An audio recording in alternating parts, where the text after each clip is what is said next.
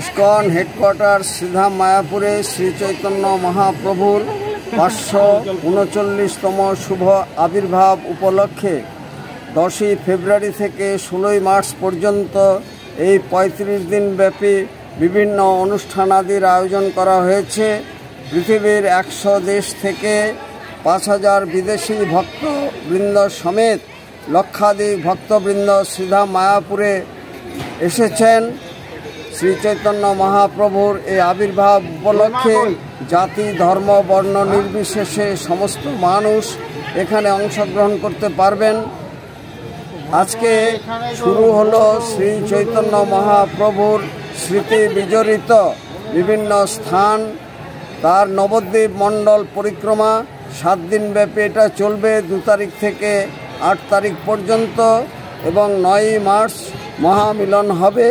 সমস্ত ভক্তবৃন্দ এখানে ফিরে আসবেন। নিরাপত্তার ব্যবস্থা কঠোর করা হয়েছে।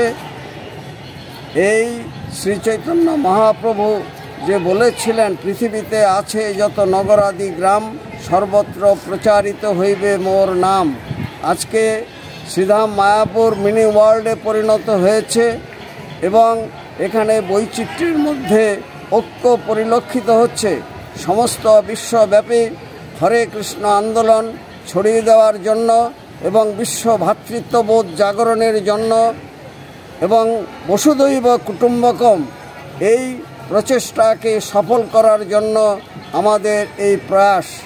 যারা আসেননি তারা এ সমস্ত অনুষ্ঠানাদিতে যোগদান করুন এবং শ্রীধাম মায়াপুরে আসুন।